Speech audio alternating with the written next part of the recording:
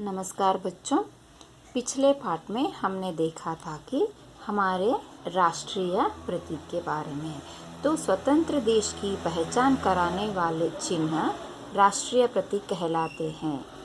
तो इनमें से दो राष्ट्रीय प्रतीक के बारे में हमने देखा था। एक था राष्ट्रीय ध्वज, जिसमें 3 रंग होते हैं। प्रत्येक रंग के बारे में हमने परिचय लिया था। और दूसरा है राष्ट्रीय चिन्ह। यह राष्ट्रीय चिन्ह हमने कहाँ से लिया था? अशोक स्तंभ से लिया था, और ये 4 मुख वाला सिंह है। तो आज हम देखने जा रहे हैं तीसरा राष्ट्रीय प्रतीक, जो है राष्ट्रीय गान। भारत का राष्ट्रगान जन गण मन है। कविंद्र रविंद्रनाथ टैगोर ने यह गीत लिखा है। राष्ट्रगान राष्ट्रीय समारोह, राष्ट्रीय पर्व तथा विद्यालयों में गाया जाता है। इसको गाने में 52 सेकंड का समय लगता है। राष्ट्रगान की धुन सुनते ही खड़े होकर सम्मान देना हमारा कर्तव्य है। तो तीसरा जो हमारा राष्ट्रीय प्रतीक है, राष्ट्रीय गान। यह राष्ट्रीय गान किसने लिखा था? कविंद्र रविंद्रनाथ टैगोर। ये बंगाल के प्रसिद्ध कवि हैं। तो यह मूलतः बंगाली भाषा में है। तो यहाँ पर राष्ट्रगान राष्ट्रीय समारोह। राष्ट्रीय समारोह यानी क्या? राष्ट्र के सब एक साथ मिलकर पूरे राष्ट्र में मनाए जाते हैं। राष्ट्रीय पर्व। राष्ट्रीय पर्व यानी क्या? उत्साह, उत्सव। राष्ट्रीय पर्व यानी उत्सव, बड़ा उत्सव, जैसे स्वतंत्रता दिवस, गणतंत्र दिवस, जहाँ हर एक भारतीय यह पर्व मनाता है तथा विद्यालयों में गाया जाता है। तो हम कहाँ पर राष्ट्रीय गान का उपयोग करते हैं? राष्ट्रीय समारोह में और राष्ट्रीय पर्व में और विद्यालयों में यह राष्ट्रगान गाया जाता है। और यह राष्ट्रीय गान, इसको गाने में 52 सेकेंड का समय लगता है। कितने सेकेंड में हमें ख़त्म करना है यह राष्ट्रीय गान? 52 सेकेंड। और राष्ट्रगान की धुन सुनते ही खड़े होकर सम्मान देना हमारा कर्तव्य है। जब भी हम राष्ट्र गीत सुनते हैं, राष्ट्रगान सुनते हैं, तो झट से हमें खड़े होकर उसका सम्मान देना हर एक भारतवासी का कर्तव्य है। और चौथा जो है राष्ट्रीय प्राणी। तो यहाँ देखिए, राष्ट्रीय प्राणी कौन सा है? बाघ। बाघ हमारे देश का राष्ट्रीय प्राणी है। बाघ सुंदरता और शक्ति का प्रतीक है। इसके शरीर पर धारियाँ होती हैं। यह पशु जंगलों में तथा राष्ट्रीय अभयारण्यों में पाया जाता है। तो यहाँ देखिए, यह क्या है? बाघ। यह बाघ क्या है? हमारा राष्ट्रीय प्राणी है। तो यहाँ पर देखिए, यहाँ ने धारियाँ, धारियाँ यानी देखिए यहाँ पर जिसके ऊपर यहाँ पे लाइन है, और ये जो क्या है, प्रत्येक बाघ में अलग अलग धारियों को हम यहाँ पे दिखते हैं। और बाघ सुंदरता और शक्ति का प्रतीक है। दिखने में बहुत सुंदर लगता है, उतना ही बलशाली है। जिस तरह हमारे भारत के सैनिक भी ऐसे हैं, कितने बलशाली हैं, उसी तरह हमारा राष्ट्रीय प्राणी भी बहुत बलशाली है। यह जंगलों में तथा राष्ट्रीय अभयारण्यों में पाया जाता है। ज़्यादातर हम बाघ को कहाँ देखते हैं? जंगलों में। कहीं 1 या 2 जगह हम वहाँ जहाँ देखते हैं अभयारण्य। अभयारण्य यानी क्या? जहाँ पर इन पशुओं को खुला छोड़ा रहता है। जैसे जू में हम क्या देखते हैं? किसी एक पशु को पिंजरे में बंद किया जाता है। लेकिन अभयारण्य यानी क्या? यहाँ पर सभी पशु अपने मर्जी से आराम से वहाँ पे घूम सकते हैं। तो ऐसे अभयारण्यों में ऐसे प्राणी पाए जाते हैं। तो पांचवा जो राष्ट्रीय प्रतीक है वह राष्ट्रीय पक्षी। यह राष्ट्रीय पक्षी कौन सा है? क्या है ये? मोर। मोर का जब नाम सुनते हैं तो सुंदरता दिखाई पड़ती है। हमारे देश का राष्ट्रीय पक्षी मोर है। इसके पंख रंग बिरंगे होते हैं। गर्दन नीली तथा लंबी होती है। इसका नृत्य बड़ा ही मनमोहक होता है। मोर प्रायः वर्षा ऋतु में नाचता है। तो यहाँ पर हमने यह राष्ट्रीय पक्षी कौन सा है? मोर।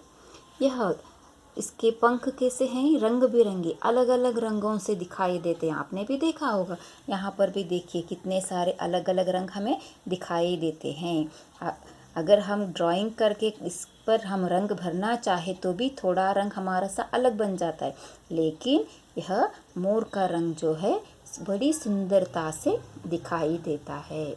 तो इसकी गर्दन नीली तथा लंबी होती है। आप यहाँ देखते हैं, देखो इसकी गर्दन किस तरह से लंबी है। हमारी गर्दन कैसी होती है? छोटी होती है, लेकिन यहाँ मोर की गर्दन लंबी और नीले रंग की होती है।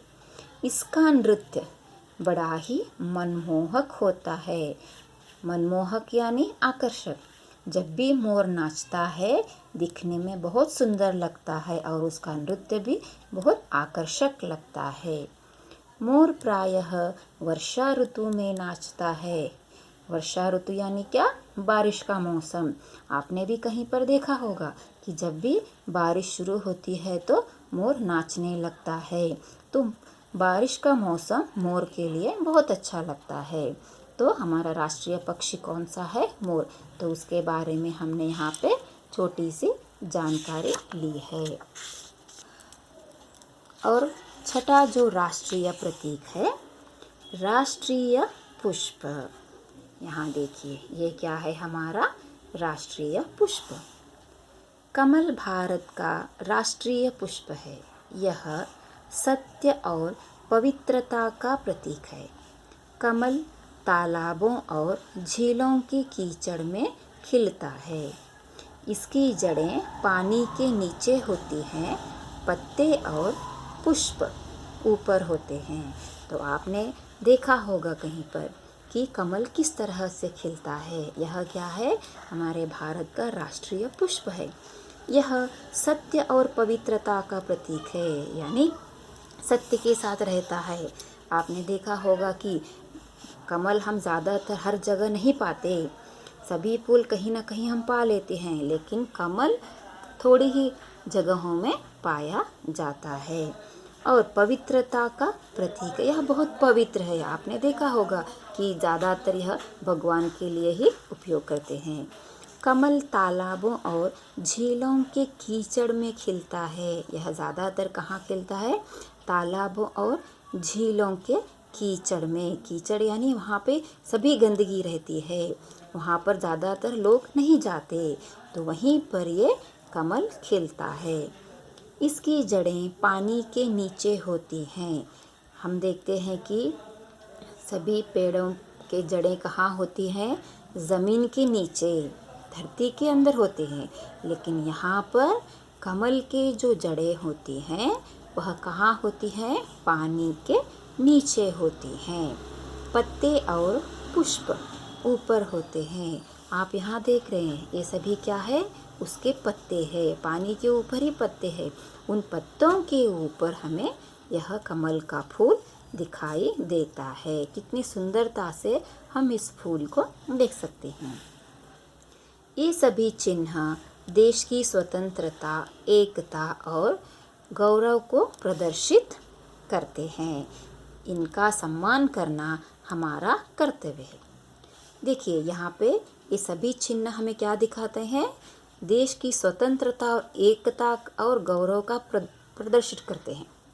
कि राष्ट्रीय पुष्प एक ही है, राष्ट्रीय प्राणी एक ही है, राष्ट्रीय पक्षी एक ही है, राष्ट्रीय ध्वज एक है, राष्ट्रगान एक है।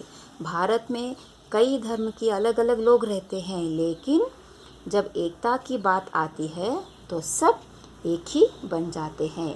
यहाँ पर राष्ट्रीय पुष्प है, पूरे भारत के लिए एक ही पुष्प है, अलग अलग लोगों के लिए नहीं। राष्ट्रीय प्राणी बाघ है, लेकिन वो भी कि पूरे देश के लिए एक ही राष्ट्रीय प्राणी है। तो यहाँ पर ये सभी राष्ट्रीय प्रतीक हमें क्या दिखाई देते हैं? यहाँ देश की स्वतंत्रता और एकता को बनाए रखते हैं और उसका सम्मान करते हैं। तो इन सभी को सम्मान करना प्रत्येक नागरिक का कर्तव्य है। समझ में आ गया कि हमारे राष्ट्रीय प्रतीक कौन से हैं? तो उसके बारे में आपने अभी जानकारी ली है। तो आपका गृह कार्य क्या है? यहाँ इस वीडियो में तो मैंने प्रत्येक राष्ट्रीय प्रतीक के बारे में मैंने बताया है। तो आप प्रत्येक राष्ट्रीय प्रतीक के बारे में अपने 2 या 3 वाक्यों में विचार लिखिए। यही आज का आपका गृह कार्य। अगर समझ में नहीं आया तो दोबारा से फिर वीडियो ऑन करके उसके बारे में सुनिए। फिर अपने ही वाक्यों में प्रत्येक राष्ट्रीय प्रतीक के बारे में 2 या 3 वाक्य लिखकर अपना गृह कार्य पूर्ण कीजिए। धन्यवाद।